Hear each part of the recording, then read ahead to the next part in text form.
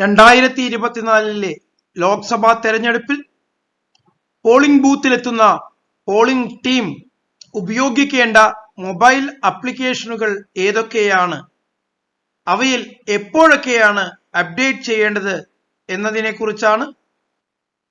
Polling ബൂത്തിലെത്തുന്ന polling ടീമിലെ presiding ഓഫീസറോ ഒന്നാം polling ഓഫീസറോ ആണ് ഈ മൊബൈൽ ആപ്ലിക്കേഷൻ കൈകാര്യം ചെയ്യേണ്ടത്. ഇവരിൽ ആരുടെയെങ്കിലും കയ്യിൽ ഒരു ആൻഡ്രോയിഡ് മൊബൈൽ ഫോൺ ഉണ്ടാകണമെന്ന് നിഷ്കർഷിക്കുന്നു.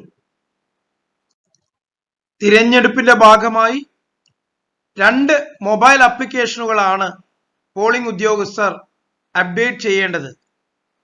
ഒന്നാമത്തേത് പോൾ മാനേജർ എന്ന പേരിലും രണ്ടാമത്തേത് ASD മോണിറ്റർ എന്ന പേരിലുമുള്ള ആപ്ലിക്കേഷനുകളാണ്.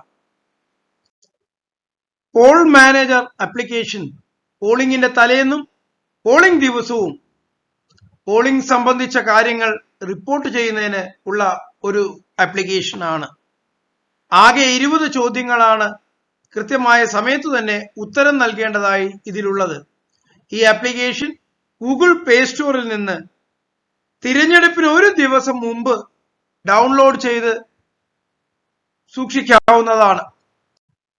പോൾ മാനേജറുടെ ലോഗിൻ സ്ക്രീനിൽ പ്രിസൈഡിംഗ് ഓഫീസറുടെയോ പോളിംഗ് ഓഫീസറുടെയോ മൊബൈൽ നമ്പർ നൽകി പ്രൊസീഡ് എന്ന് കൊടുത്താൽ അടുത്ത സ്റ്റെപ്പിലേക്ക് നമുക്ക് നീങ്ങാവുന്നതാണ്. അടുത്ത സ്ക്രീനിൽ വരുന്നത് നിങ്ങൾക്ക് ലഭിച്ച നിങ്ങളുടെ രജിസ്റ്റേർഡ് മൊബൈൽ നമ്പറിൽ ലഭിച്ച OTP എൻ്റർ ചെയ്യുന്നതിന് വേണ്ടിയാണ്.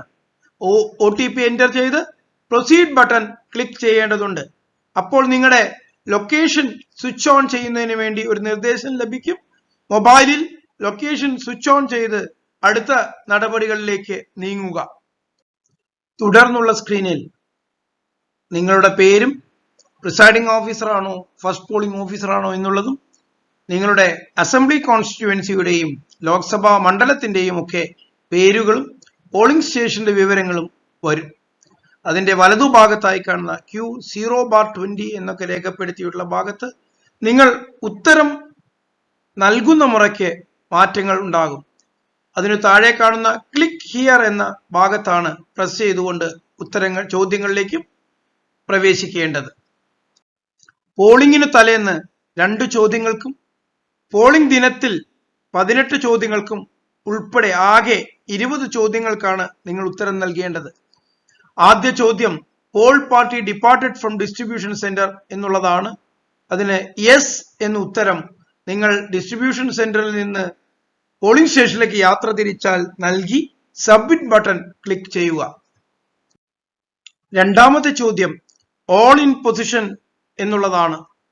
നിങ്ങൾ പോളിംഗ് സ്റ്റേഷനിൽ എത്തിക്കഴിഞ്ഞാൽ യെസ് എന്ന് ഇതിന് മറുപടി നൽകുക. മൂന്നാമത്തെ ചോദ്യം പോളിംഗ് ആരംഭിക്കുന്നതിന് മുമ്പ് മോക്ക് പോൾ നടത്തി കഴിഞ്ഞാൽ നൽകേണ്ടതാണ്. ചോദ്യം മോക്ക് പോൾ കണ്ടക്റ്റഡ് എന്നുള്ളതാണ്. ഇതിന് യെസ് എന്ന് ഉത്തരം നൽകേണ്ടതുണ്ട്.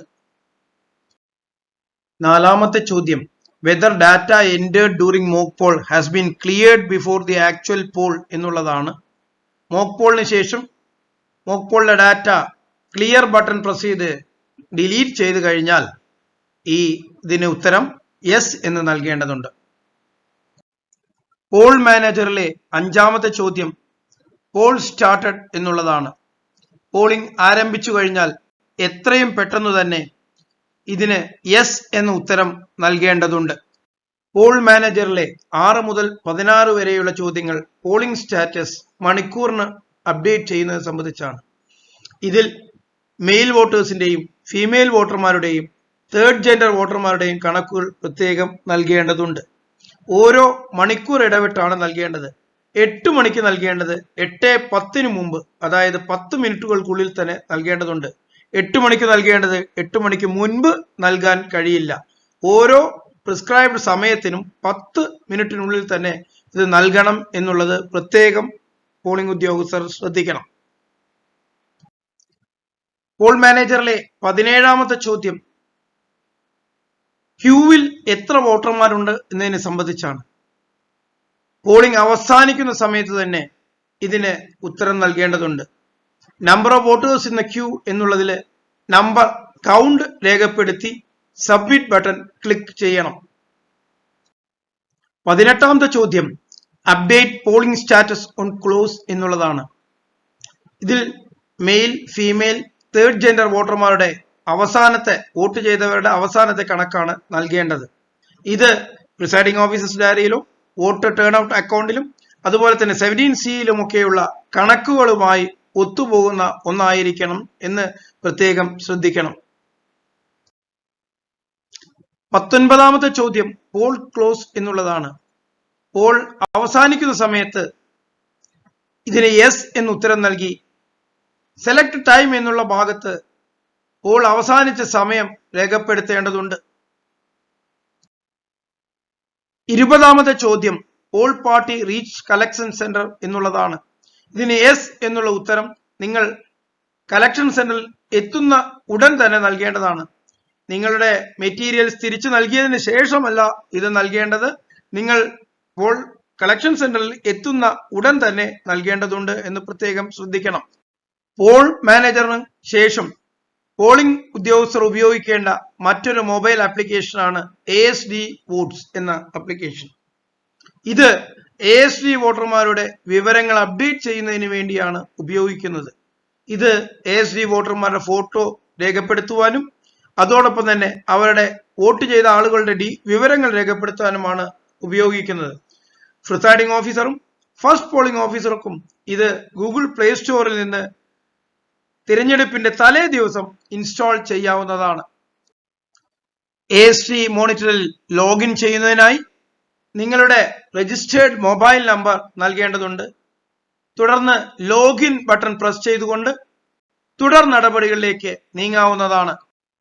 നിങ്ങളുടെ രജിസ്റ്റേർഡ് മൊബൈൽ നമ്പറിലേക്ക് വരുന്ന OTP എൻ്റർ ചെയ്ത് വെരിഫൈ ബട്ടൺ ക്ലിക്ക് ചെയ്യേണ്ടതുണ്ട്.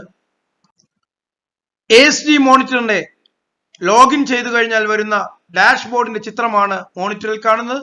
2 ഓപ്ഷൻസ് ആണ് ഇതിലുള്ളത്. ടോട്ടൽ ASD വോട്ട്സ് റെക്കോർഡഡ് എന്നുള്ളതും റെക്കോർഡ് ന്യൂ ASD വോട്ട്സ് എന്നുള്ളതും.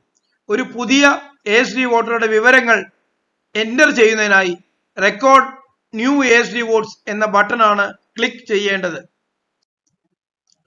ASD വോട്ടറുടെ വിവരങ്ങൾ 3 കാര്യങ്ങൾ മാത്രമാണ് രേഖപ്പെടുത്തേണ്ടതുള്ളത്. ഒന്നാമത്തേത് വോട്ടറുടെ സീരിയൽ നമ്പറാണ്. രണ്ടാമത്തേത് എന്തെങ്കിലും പ്രിസൈഡിംഗ് ഓഫീസർക്ക് പ്രത്യേക റിമാർക്സ് രേഖപ്പെടുത്തേണ്ടതുണ്ടെങ്കിൽ അത് രേഖപ്പെടുത്തുക. മൂന്നാമത്തേത് ഫോട്ടോ രേഖപ്പെടുത്തലാണ്.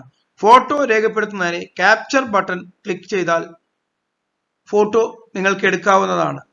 ഫോട്ടോ എടുത്തു കഴിഞ്ഞാൽ വീണ്ടും ഈ സ്ക്രീനിലേക്ക് വരുമ്പോൾ അതിന്റെ ഫോട്ടോയുടെ ക്ലാരിറ്റി നോക്കി എന്തെങ്കിലും വ്യത്യാസം വരുത്തേണ്ടതുണ്ടെങ്കിൽ ആ ക്ലിയർ ബട്ടൺ പ്രസ് ചെയ്ത് വീണ്ടും ക്യാപ്ചർ ഫോട്ടോ എന്നുള്ള ബട്ടൺ ക്ലിക്ക് ചെയ്യുക. ഫോട്ടോ ശരിയാണ് എന്ന് നിങ്ങൾക്ക് ബോധ്യപ്പെട്ടാൽ സബ്മിറ്റ് ബട്ടൺ ക്ലിക്ക് ചെയ്താൽ വോട്ടറുടെ ഡീറ്റെയിൽസ് സബ്മിറ്റ് ചെയ്തു കഴിഞ്ഞു. ഒരിക്കൽ സബ്മിറ്റ് ചെയ്തു കഴിഞ്ഞാൽ പിന്നീട് അത് മാറ്റുവാൻ കഴിയുന്നതല്ല എന്ന് പ്രത്യേകം ശ്രദ്ധിക്കണം. ASD മോണിറ്ററിന്റെ ഡാഷ്ബോർഡിലെ ആദ്യ ബട്ടണായ list of ASD votes recorded click ചെയ്താൽ നിങ്ങൾ എൻ്റർ ചെയ്ത ASD വോട്ടർമാരുടെ വിവരങ്ങൾ ലഭിക്കും. വിശദമായ വിവരങ്ങൾ അതിലുണ്ടാകും. ഫോട്ടോയും സീരിയൽ നമ്പറും ഒക്കെ ആ ഭാഗത്ത് നിന്ന് നിങ്ങൾക്ക് ലഭിക്കും.